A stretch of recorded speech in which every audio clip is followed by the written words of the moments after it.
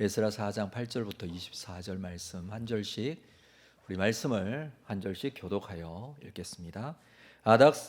방백 르훔과 서기관 심세가 아닥사스다 왕에게 올려 예루살렘 백성을 고발한 그 글에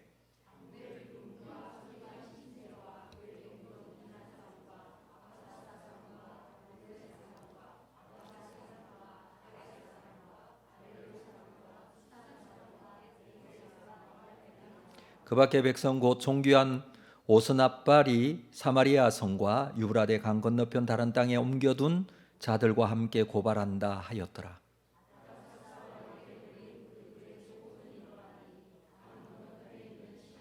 왕에게 아뢰나이다. 당신에게서 우리에게 올라온 유다 사람들이 예루살렘에 이르러 이 폐역하고 악한 성읍을 건축하는데 이미 그 기초를 수축하고 성곽을 건축하오니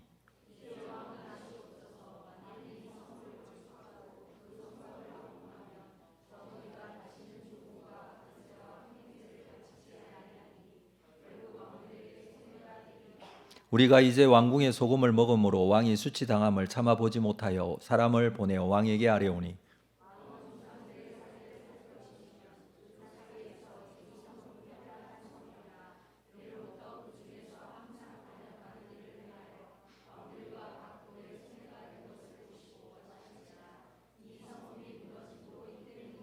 이제 감히 왕에게 아뢰오니 이 성읍이 중건되어 성곽이 준공되면 이로 말미암아 왕의 강 건너편 영지가 없어지리이다 하였더라.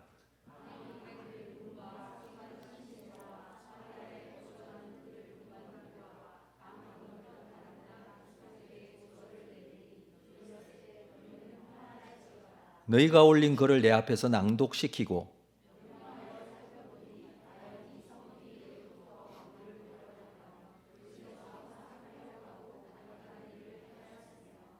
옛적에는 예루살렘을 다스리는 큰 군왕들이 있어서 강 건너편 모든 땅이 그들에게 조공과 관세와 통행세를 다 바쳤도다.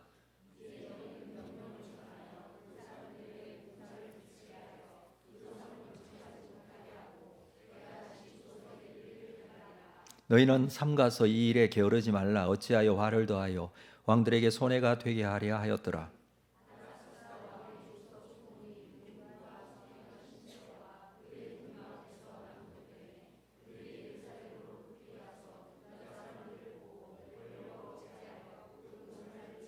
함께 읽습니다. 이에 예루살렘에서 하나님의 성전 공사가 바사 왕 다리오 제 2년까지 중단되니라. 아멘. 할렐루야. 참 잘 나오셨습니다. 우리 합지자로 한번 인사할까요? 기도의 능력자가 되십시오. 이렇게 한번 인사하겠습니다. 기도의 능력자가 되십시오. 네.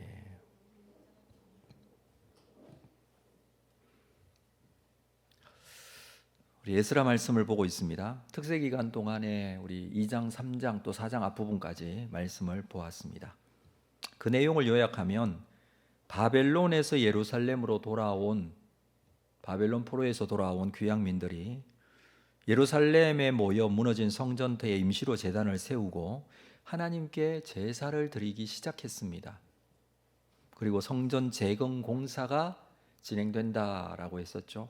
성전의 기초를 놓을 때 제사장과 레위인 백성들이 모여서 하나님께 찬양하며 예배하는 모습을 우리가 함께 보았습니다.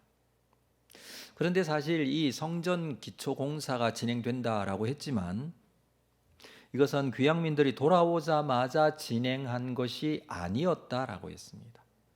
이 성전 기초 공사가 시작된 것이 BC 520년이었고 스룹바벨을 중심으로 바벨론 1차 귀환이 이루어진 것이 BC 537년이었습니다.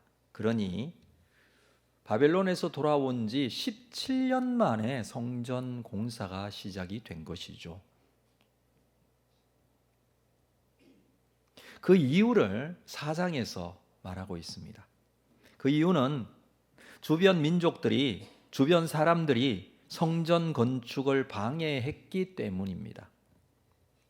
1절에 보면 이들을 대적이라고 표현하고 있습니다. 대적이 될 정도로 방해를 합니다. 처음에는 성전을 건축한다는 소식을 듣고 이들이 찾아와서 자기들도 함께 성전 건축에 동참하게 해달라라고 합니다. 그러나 단호하게 거절하죠. 거절한 이유는 단순합니다. 온전히 하나님을 믿는 사람들이 아니었기 때문입니다. 사마리아 사람, 암몬 사람, 모압 사람, 에돔 사람, 평상시에도 이스라엘 주변에 있던 민족들이나 사람들이었습니다. 함께 건축하자는 것을 거절하자 이들은 건축을 오히려 방해합니다. 4절에 보니 유다 백성의 손을 약하게 하여 방해하였다. 손을 약하게 했다. 이건 사기를 떨어뜨린 것이기도 하고 손을 늘어뜨릴 정도로 아무것도 할 수 없도록 만든 그런 방해들이었습니다. 5절에서는 관리들에게 뇌물을 주어 그 계획을 막았다라고 합니다. 6절에 아수에로가 즉위할 때 글을 올려 유다와 예루살렘 주민을 고발하기도 했습니다. 하나님의 성전을 건축하는데 하나님께서 살아계시고 하나님만이 유일한 신이시고 그 하나님의 백성들이 70년 만에 돌아와 성전을 건축하려고 하는데 세상적인 방해가 있다는 것은 그 방해 자체만으로도 참 받아들이기 힘든 그런 어려운 상황입니다. 우리는 여기서 하나님의 일을 하려는데, 봉사를 하려는데, 아니 헌신을 하려는데 방해가 있을 수도 있다는 것을 알 수 있습니다. 이 상황은 수천 년 전에 있었던 이 때에도 이미 있었던 일이었습니다. 7절 말씀을 볼까요? 아닥사스다 때에 비슬람과 미드르닷과 다부엘과 그의 동료들이 바사왕 아닥사스다에게 글을 올렸으니 그 글은 아람 문자와 아람 방언으로 써서 진술하였더라. 아닥사스다 왕 때에 있었던 사건을 예로 들고 있습니다. 그때에 이 세 사람 비슬람, 미드르닷, 다부엘이라는 이 사람들이 바사왕 아닥사스다에게 글을 올려서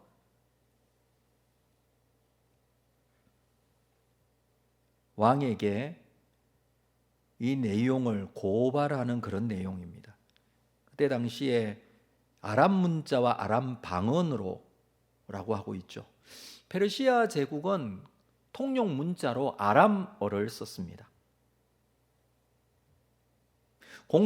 국가의 공식 문서와 서신을 모두 아람어로 작성을 했습니다.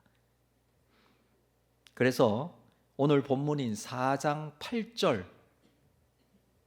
8절부터 아람어로 기록이 되어 있습니다. 4장 8절부터 6장 18절까지가 아람어입니다.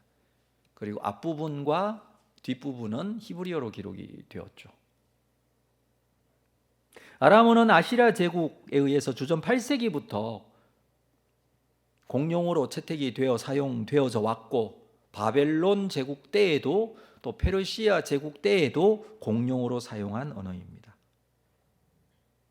그래서 성전 건축을 반대하는 지방 관리들과 아닥사스다 왕이 주고받은 이 조서와 편지, 이 내용이 오늘 우리가 읽은 본문의 내용입니다. 두 개의 편지로 이루어져 있습니다. 그 내용을 굉장히 자세하게 기록을 하고 있죠. 자, 8절을 볼까요? 8절. 방백 르훔과 서기관 심세가 아닥사스다 왕에게 올려 예루살렘 백성을 고발한 그 글에 라고 합니다. 이 두 사람이 주동이 되어 아닥사스다 왕에게 그를 고발합니다. 자, 방백 르훔이라고 했는데 바벨론식 이름입니다. 당시에 페르시아 왕을 대신해서 가나안 지역을 다스린 지휘관입니다. 가나안 지역 전 지역을 다스렸던 지휘관이었고요. 서기관 심세, 이 사람도 바벨론식 이름인데 서기관이라고 했습니다. 페르시아 정부의 서기관은 공식 문서를 아람어로 혹은 원주민들의 언어로 번역하는 일을 하는 사람이었습니다. 제국의 모든 공식 문서는 서기관을 통해서 중앙정부에 올려졌습니다. 굉장히 중요한 역할을 했던 사람이죠. 이들이 함께 고발장에 이름을 올린 사람들. 그 다른 다음에 사람들이 있습니다. 자, 9절에 방백 르훔과 서기관 심세와 그리고 그의 동료 디나 사람, 아바삿 사람, 다블레 사람, 아바세 사람, 아렉 사람, 바벨론 사람, 수산 사람, 대해 사람, 엘란 사람. 또 10절에 그 밖에 백성 곧 종귀한 오스나빨이 사마리아 성과 유브라데 강 건너편 다른 땅에 옮겨둔 자들과 함께 고발한다. 이 두 사람 말고 방백 르훔과 서기관 심세 말고 10개의 이름을 들어서 이 사람들도 함께 고발하고 있다라고 합니다. 자, 보십시오. 이름이 쭉 나열되어 있는데 디나 사람이라고 했는데 이건 지역이 아니라 고유명사가 아니라 일반 명사입니다. 재판관이라는 뜻입니다. 재판관인 사람들. 그리고 아바삿 사람, 요것은 재판관보다 직급이 조금 낮은 관료들을 말하는 일반 명사입니다. 다블레 사람도 관료를 말합니다. 또 아바세 사람, 페르시아 제국의 벼슬 중에 한 부분이었습니다. 이 사람들은 관료들이죠. 직급이 다 다른 관료들을 이렇게 기록을 하고 있습니다. 지역 사람인 것 같지만 지역 사람이 아니라 이런 관료들이었다는 것을 알 수 있습니다. 그 다음에 나오는 아렉 사람, 바벨론 사람, 수산 사람, 대해 사람, 엘람 사람, 이건 지역을 말하는 것이죠.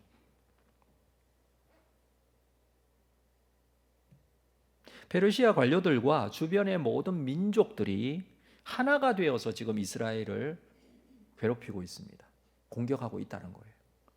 다시 말해서 지금 돌아온 이 귀향민들에게는 주변에 모두 다 적입니다. 페르시아 관료들과 주변의 민족들이 모두가 하나가 되어서 이스라엘을 공격하고 있습니다.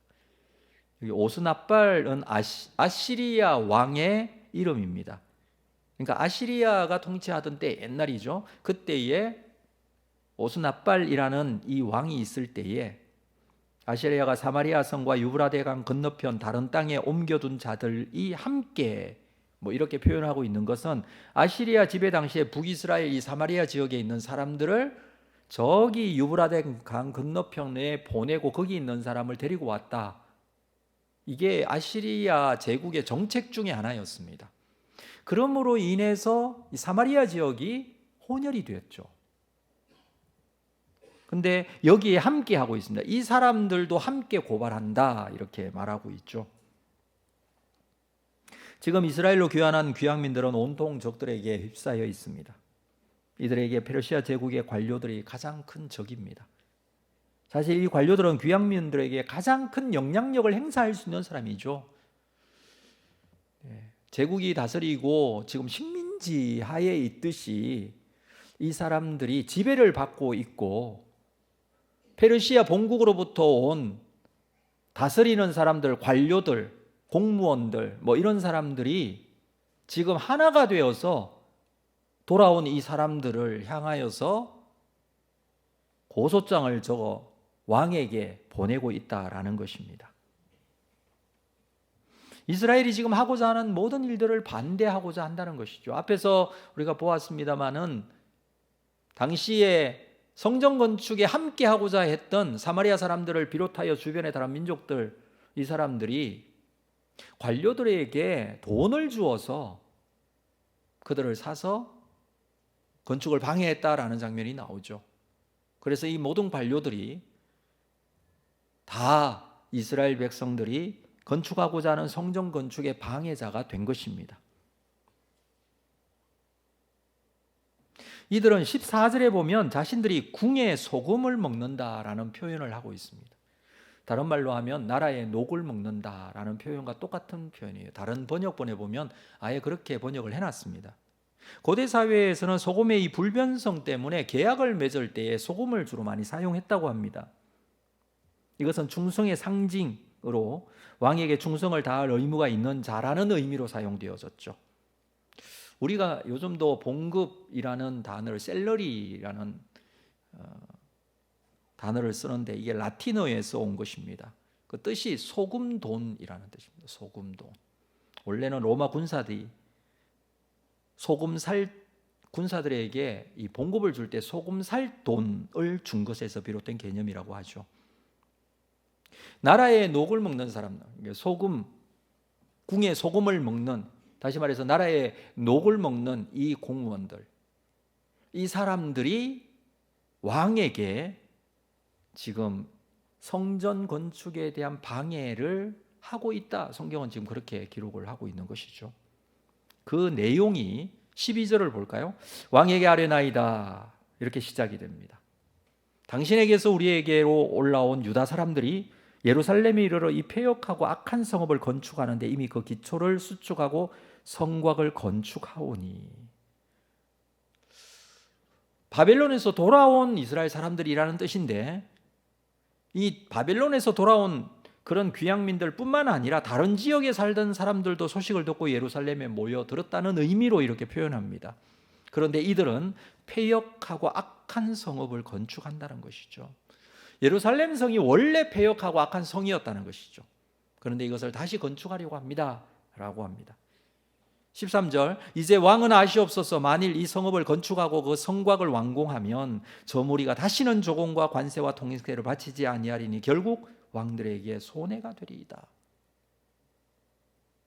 예루살렘이 재건되어지고 세워지면 이스라엘 민족은 반드시 페르시아를 반역할 것이다. 왕을 배반할 것이다 라는 것입니다. 물론 반역이라는 단어를 쓰지 않습니다. 그런데 여기 조공, 관세, 통행세를 바치지 아니할 것이다. 그래서 결국 왕에게 손해가 될 것이다.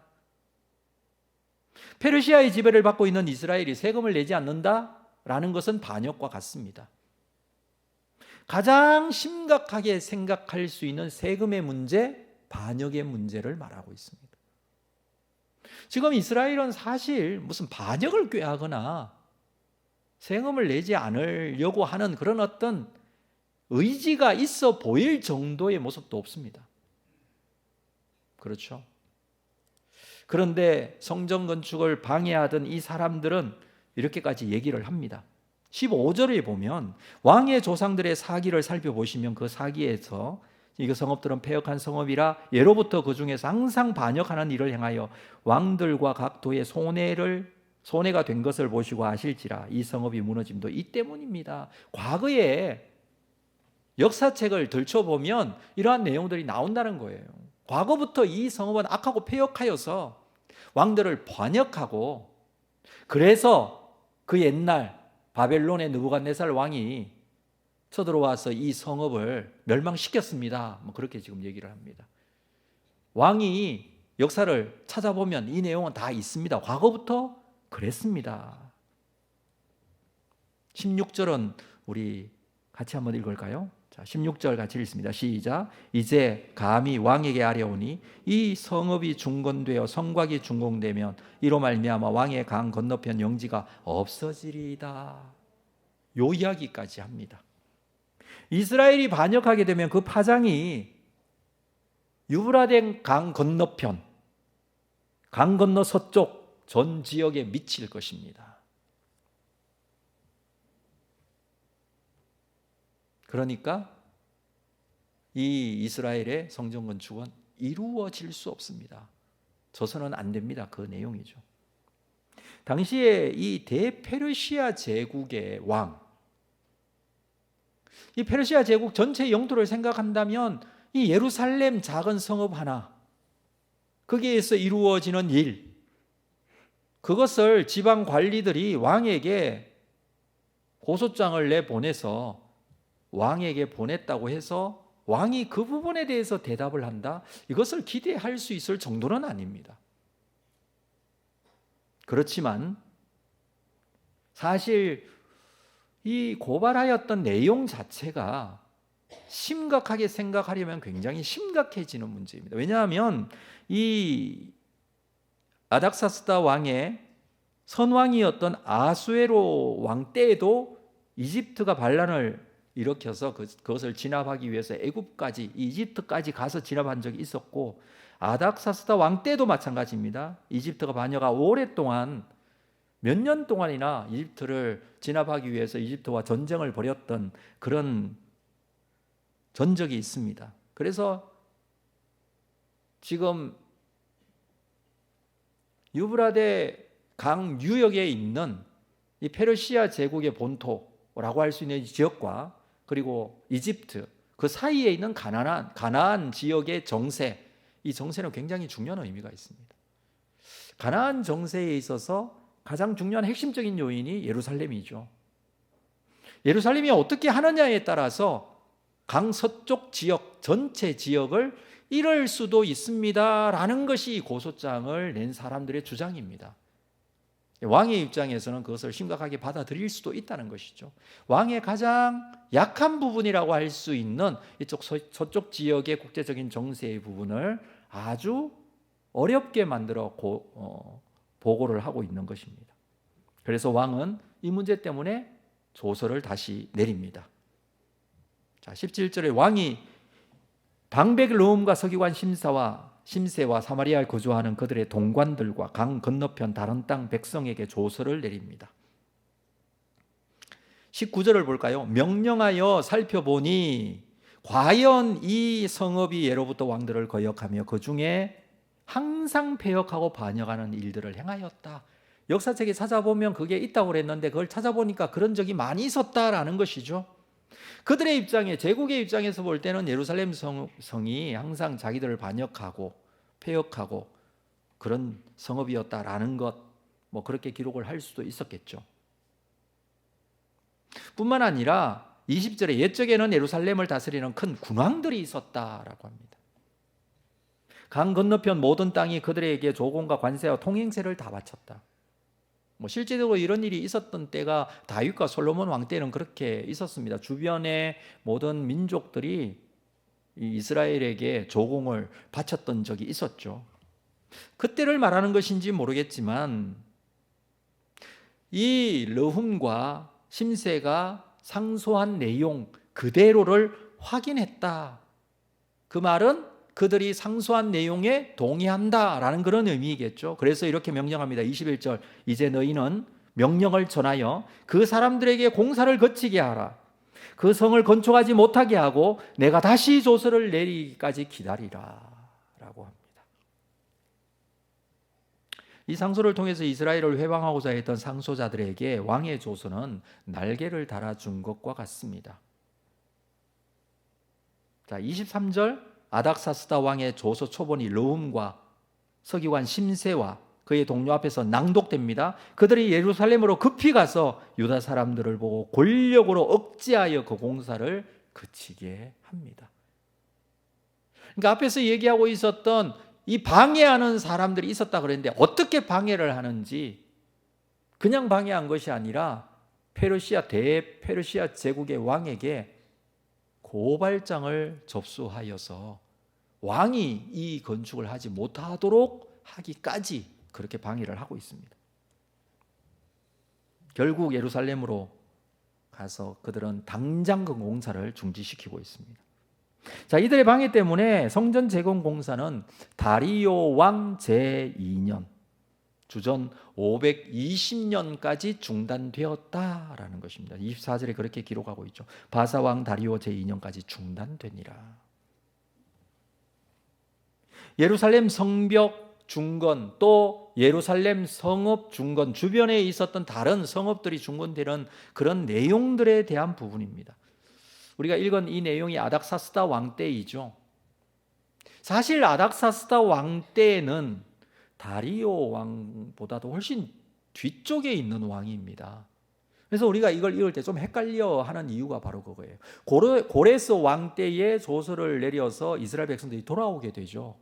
그리고 성전 재건을 하려고 했는데 주변에 방해가 너무 심하고 그래서 성전 재건을 못하고 있다가 다리오 왕 2세 2년에 다리오 왕 제2년에 다시 성전이 중건되었다 이렇게 성전 건축을 시작했다 이렇게 기록하는데 사장에 있는 내용은 아수에로 왕 때에 또는 아닥사스다 왕 때에 있었던 사건을 기록하고 있어요.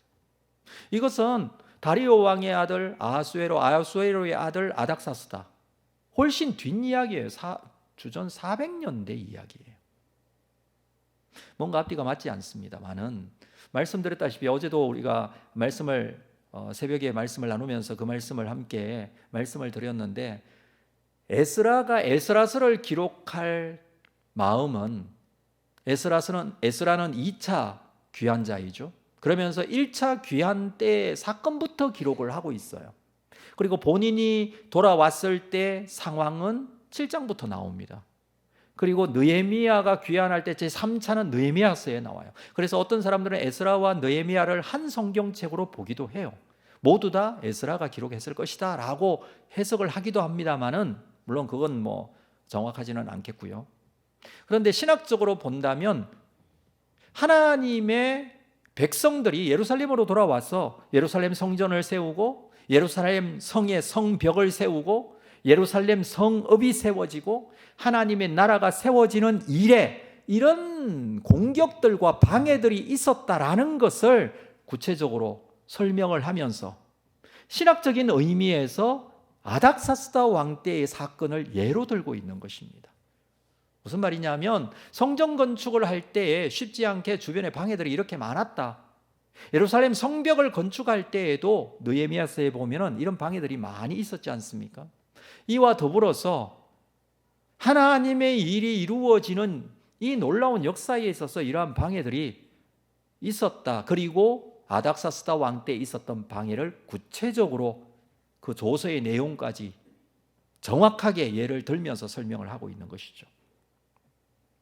당시의 상황은 무너진 예루살렘, 무너진 성전이 세워지는 것을 반대하는 상황, 그것을 자세하게 말해주고 있습니다.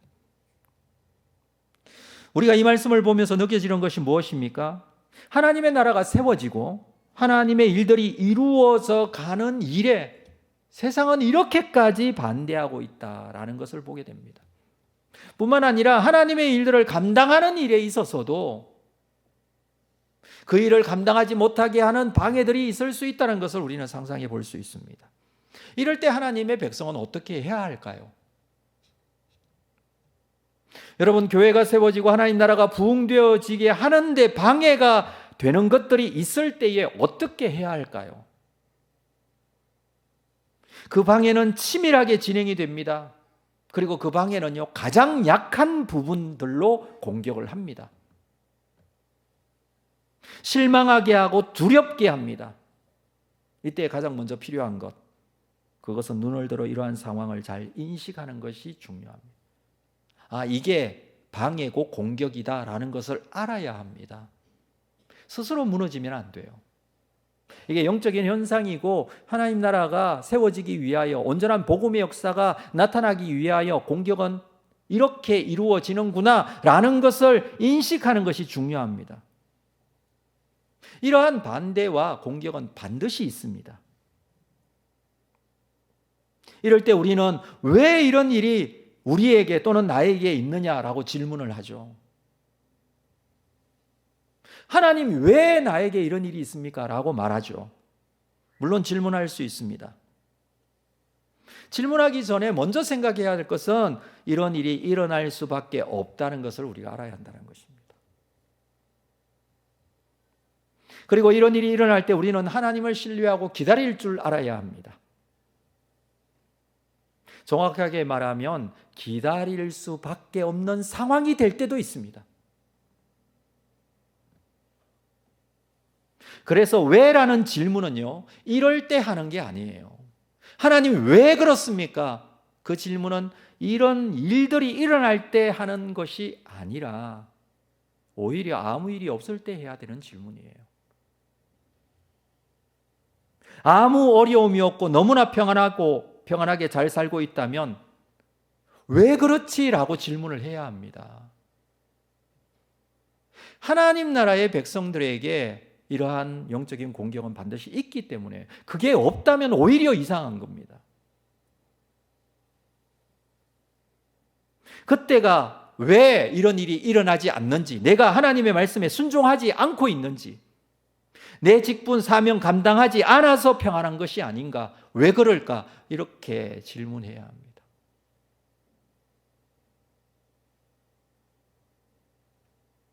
우리가 힘들기 때문에 한 걸음 더 주님 앞에 나아갈 수 있습니다. 힘들기 때문에 오히려 성숙해집니다. 그럴 때일수록 믿음을 가지고 견고하고 흔들리지 말고 주님 앞에 서시기를 주님의 이름으로 축복합니다. 주님 앞에 자신을 이럴 때 바로 세우기 위해서는요, 또 해야 될 것이 있습니다. 그것은 무엇인가 하면 주변으로부터, 외부로부터 주어지는 공격이 있고 어려움이 있을지라도 그 외부로부터 주어지는 환경과 상황과 조건을 보기 전에, 그리고 그 공격의 심각성을 느끼기 전에 우리가 해야 될 굉장히 중요한 일이 있습니다. 그것은 무엇인가 하면 자신이 누구인지를 아는 것입니다. 여러분, 자신이 누구입니까? 자기 이름 알죠? 자기가 가진 직분 알죠? 한번 불러봅시다. 나는 누구이다라고. 아시나요? 모르는 사람 혹시 있으면 저한테 얘기해 주세요. 가르쳐 드릴게요. 자, 아시죠? 해보겠습니다. 같이 시작. 나는 장홍기 목사이다. 다시 한번 시작. 나는 장홍기 목사이다. 장홍기 목사라고 따라하는 사람 없죠? 여러분, 자신이 누구인지를 아는 거 정말 중요한데요, 만약에 예수님이 예수님 자신이 누구인지를 몰랐다고 생각해 봅시다. 어떻게 됐을까요? 아니, 좀 더 현실적인 예를 들어볼까요? 예레미야 선지자가 자신이 예레미야 선지자인 줄 몰랐다고 생각해 봅시다. 예레미야 선지자가 했던 일들이 있죠. 예루살렘 성이 멸망하고 성전이 무너져 내리는 모습을 보고 그렇게 슬퍼하며 애가를 지었던 선지자 아시죠? 하나님께서 주신 말씀을 백성들에게 선포하며 욕이란 욕은 다 먹은 선지자예요.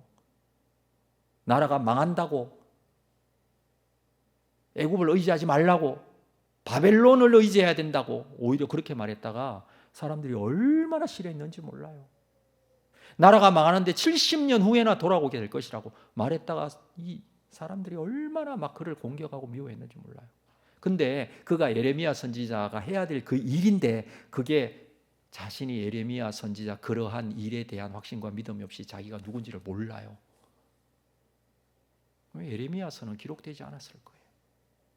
여러분, 세례 요한이 자신이 세례 요한인지 몰랐다고 생각해 보십시오. 물론 그러면은 순교 안 했을 수도 있겠죠. 사람들에게 광야에 외치는 자의 소리가 되어서 그들에게 회개하라고 회개의 세례를 준 세례 요한, 여러분 아시잖아요.